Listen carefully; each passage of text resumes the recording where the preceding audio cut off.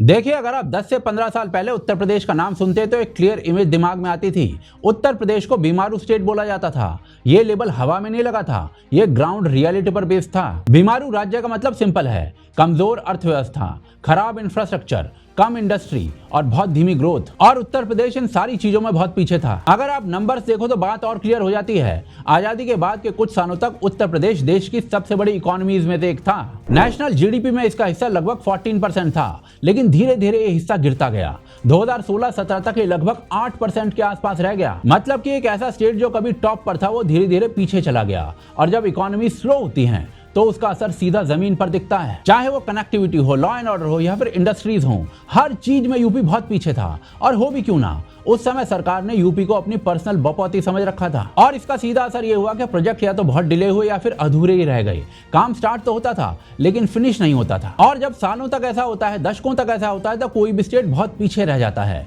इसी वजह से उत्तर प्रदेश की इमेज पूरे देश में खराब हो गई और इसी वजह से उत्तर प्रदेश को बैकवर्ड स्टेट, एक बीमारू स्टेट के रूप में पहचान मिल गई। लेकिन कहते हैं ना कि समय की सबसे खास बात यह है कि वो बदलता जरूर है। और वो बदला 2017 में, जब उत्तर प्रदेश की जनता ने उस सरकार को बाहर फेंक दिया जिसकी वजह से उत्तर प्रदेश इतने अंधकार में जा चुका था, और उस सरकार की जगह ले ली योगी आदित्यनाथ ने। अब देखिए, 2017 में जब योगी आदित्यनाथ ने उत्तर प्रदेश की कमांड संभाली, तब उनके सामने सिर्फ सरकार चलाने का काम नहीं था, उनके सामने पूरी इमेज बदलने का काम था उत्तर प्रदेश की। एक ऐसा स्टेट जिसको सालों से बीमारू बोला जा रहा था, जिसको लोग बैकवर्ड बीमारू माइंडसेट के साथ देखते थे, उसको वापस ट्रैक पे लाना था। आप जरा सोच कर देखिए इस पूरी प्रॉब्लम को, क्योंकि प्रॉब्लम एक नहीं थी। लॉ एंड ऑर्डर वीक था, इंडस्ट्री ट्रस्ट नहीं करती थी और कनेक्टिविटी इतनी वीक थी कि लोगों को बेसिक ट्रैवल में भी दिक्कत होती थी। तो ऐसे में अगर उत्तर प्रदेश को बदलना था तो सिर्फ एक सेक्टर में काम करके कुछ नहीं होने वाला था। और इसीलिए अप्रोच बिल्कुल क्लियर थी, तीनों चीजों पर एक साथ काम करना पड़ेगा, लॉ एंड ऑर्डर, कनेक्टिविटी और बिजनेस, सब चीजों पर। और इसीलिए सबसे पहले लॉ एंड ऑर्डर को टाइट किया गया,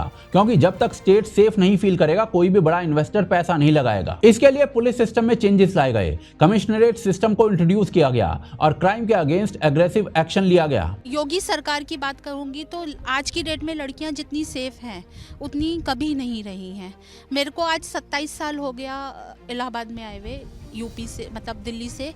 दिल्ली में हम लोग बहुत सेफ रहा करते थे। ये लॉ एंड ऑर्डर वाला स्टेप जरूरी था क्योंकि ये बेस क्रिएट करता है। दूसरी तरफ बिजनेस एनवायरनमेंट को इंप्रूव करने की भी कोशिश की गई, पॉलिसीज को सिंप्लीफाई किया गया, अप्रूवल्स को फास्ट किया गया और इन्वेस्टर समिट्स के थ्रू ये मैसेज दिया गया कि यूपी अब रेडी है इन्वेस्टमेंट के लिए। 2023 के ग्लोबल इन्वेस्टर समिट में लगभग 32 लाख करोड़ रुपए के प्रपोजल्स आए थे, जो दिखाता है कि इंटरेस्ट क्रिएट हो रहा था। लेकिन असली गेम चेंजर यहाँ पर नहीं था, असली फोकस था कनेक्टिविटी पर। देखिए, आप किसी भी डेवलप्ड रीजन को देख लो, एक चीज कॉमन होती है, वहां पर कनेक्टिविटी स्ट्रांग होती है। रोड, रेल, एयरपोर्ट सब कुछ इंटरकनेक्टेड होता है और यूपी में ये सबसे बड़ा गैप था। आप जरा सोच कर देखिए कि अगर आपको एक फैक्ट्री लगानी है लेकिन रॉ मटेरियल आपके पास टाइम तक पहुंच नहीं रहा और फिनिश्ड गुड्स मार्केट तक नहीं जा पा रहे हैं टाइम पर, तो कोई भी बिजनेस कैसे सर्वाइव कर सकता है। और इसी वजह से कनेक्टिविटी को प्रायोरिटी बनाया गया और यहीं से एक्सप्रेसवेज का रोल शुरू होता है। उत्तर प्रदेश में अखिलेश के टाइम पर 3 एक्सप्रेसवे प्रोजेक्ट थे, जिनमें से एक मायावती ने बनवाया था, एक लखनऊ एक्सप्रेसवे था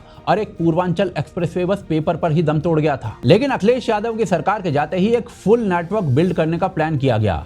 Purvanchal expressway, Bundelkhand expressway, Gorakhpur link expressway और सबसे एम्बिशियस प्रोजेक्ट गंगा एक्सप्रेसवे। अब जरा गंगा एक्सप्रेसवे को समझना इंपॉर्टेंट है, क्योंकि ये सिर्फ एक रोड प्रोजेक्ट नहीं था, ये एक सिग्नल था कि यूपी अब कोर प्रॉब्लम को डायरेक्टली अटैक कर रहा है। इस प्रोजेक्ट का आइडिया पहली बार 2009 में आया था। प्लान था नोएडा से बलिया तक एक कॉरिडोर बनाने का, लेकिन उसके बीच में एनवायरमेंटल क्लियरेंसेस आ गए और कोर्ट ने 2009 में प्रोजेक्ट को कैंसिल कर दिया। फिर 2012 में इसको रिवाइव करने की कोशिश हुई, लेकिन वो भी सस्टेन नहीं कर पाई। मतलब लगभग 12 साल तक ये प्रोजेक्ट सिर्फ फाइल में ही रहा। और यहीं पर डिफरेंस आ जाता है, क्योंकि 2019 में इस प्रोजेक्ट को कंप्लीटली रीडिजाइन किया गया, रूट को चेंज किया गया, फोकस को क्लियर किया गया और इसके बाद मेरठ से लेकर प्रयागराज तक एक इकोनॉमिक कॉरिडोर के रूप में प्लान किया गया। अब प्लान सिर्फ रोड बनाना नहीं था, बल्कि सेंट्रल और ईस्टर्न यूपी को कनेक्ट करना था। 2020 में कैबिनेट अप्रूवल मिलता है और 36,000 करोड़ से ज्यादा का बजट अप्रूव किया जाता है। 2021 में फाउंडेशन स्टोन रखा जाता है और फिर 2022 में कंस्ट्रक्शन को स्टार्ट कर दिया जाता है। यानी कि जो काम 12 साल में स्टार्ट भी नहीं हो पाया था, वो 3 साल के अंदर कंप्लीट भी हो जाता है। 594 किलोमीटर का एक्सप्रेसवे, 120 किलोमीटर पर आवर की design speed, multiple bridges, flood resistant structure और एक 3.5 किलोमीटर का इमरजेंसी एयर स्ट्रिप। इस एयर स्ट्रिप पर सुखोई जैसे एयरक्राफ्ट लैंड कर सकते हैं। और 594 किलोमीटर का एक्सप्रेसवे आपको पता कितना लंबा होता है? नॉर्थ इजराइल से साउथ इजराइल तक आप सीधे पहुंच सकते हो, इतना लंबा। योगी जी को और मोदी जी को जितना धन्यवाद दें उतना कम है, क्योंकि जो सुविधाएं दे दी हैं, अगर आप टिकट कराने जाइए कि हमको जाना है दिल्ली, तो आपको अभी 15 दिन आगे की नहीं मिलेगी, तो क्या आप बैठे रहेंगे? लेकिन ये रोड बन जाने से ये कि और अच्छी गाड़ियां होने से कि हम लोग निकल जाते हैं बिना किसी से कोई सोचे समझे, जहां मर्जी रुक गए, खाने का भी मिल रहा है, तो ये सुविधाएं हैं। और यूपी के अंदर ये कोई एक आइसोलेटेड प्रोजेक्ट नहीं था। यूपी ने एक्सप्रेसवे नेटवर्क को एक सिस्टम के रूप में बिल्ड किया। आज उत्तर प्रदेश का एक्सप्रेसवे नेटवर्क भारत के अंदर सबसे बड़ा है। इंडस्ट्री रिपोर्ट्स के हिसाब से लगभग 40% से ज्यादा ऑपरेशनल एक्सप्रेसवे आज भारत के अंदर उत्तर प्रदेश में है। और इसका इंपैक्ट पता है आपको क्या हुआ? ट्रैवल टाइम ड्रास्टिकली रिड्यूस हो गया। लखनऊ से दिल्ली का सफर फास्ट हो गया। रिमोट डिस्ट्रिक्ट जो पहले आइसोलेटेड होती थी, वो डायरेक्टली मेजर सिटीज से कनेक्ट हो गई। इसके अलावा लॉजिस्टिक्स की कॉस्ट कम हो गई और उसकी वजह से इंडस्ट्रीज के लिए एंट्री बहुत आसान हो गई। अब जरा आप सोचिए कि जब रोड अच्छी होती है, रोड स्ट्रांग होती है, तो उसके आसपास क्या होता है?